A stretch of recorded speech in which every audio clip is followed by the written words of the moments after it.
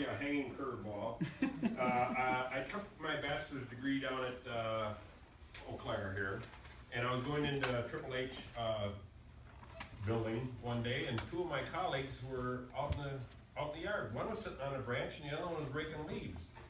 And I stopped for a moment. I said, "What are you doing?" Well, the first guy says, "I'm practicing to be a business manager, and I'm practicing to be a branch manager." And the other guy says, "Well, I'm busy collecting leaves. I want to be a collectivist in my career, you know." So, but anyway, yeah. The last thing we want to do is we want you in your table to identify, to kind of tie this all together. We want each group to find one thing they think is the most important, write it down someplace, and then pick a career, say accounting or welding or whatever, because I know you have diverse groups in there, and tell me how you would apply that one thing from your chapter that you would incorporate in a classroom. So for different cultures, so how are you going to, because when you think about culture, if you have different cultures, what's one thing from, whether it's your key to success that you're going to implement so that you can allow people from different cultures to have the equal opportunity to succeed in your class? So take a moment, think about 30 that. seconds. Focus on ours. Yeah, well, from ours, for mine, how we gonna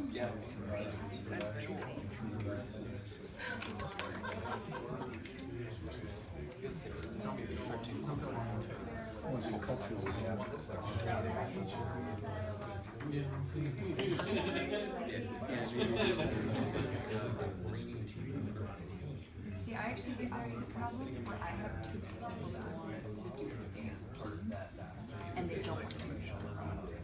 Which is weird. So, because you're probably All right. So let's just hear, we're going to do I a need shout out. All right, So shout just out a from couple each people, not even for each table, just a couple, somebody give their How about this table back here? We would like to go last. Oh.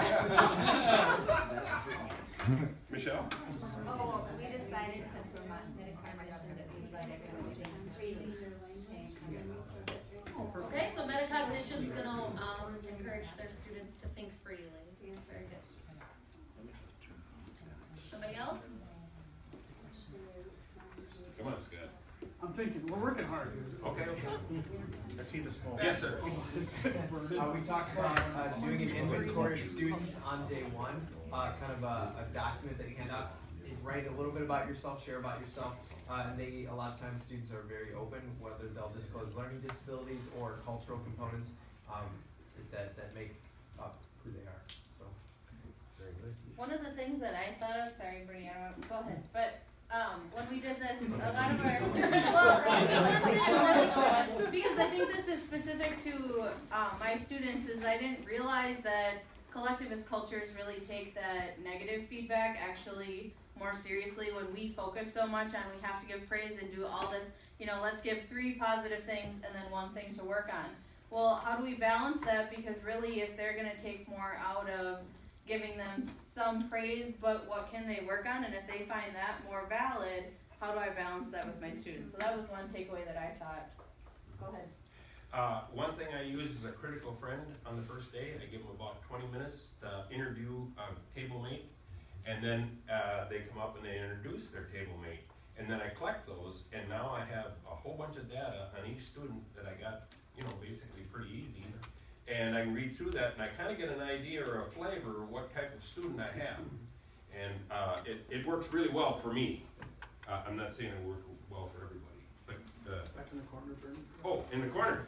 So basically you think that mindset is really pretty equally applicable to either culture, because no matter what you are trying to accomplish, whether you are trying to become something to serve your community or whether you're trying to become something for your own purposes, you still have to have the mindset that will allow you to be successful. So it's got to be basically the same either way. That's an excellent place to transition to Then, scholarship. what did you say?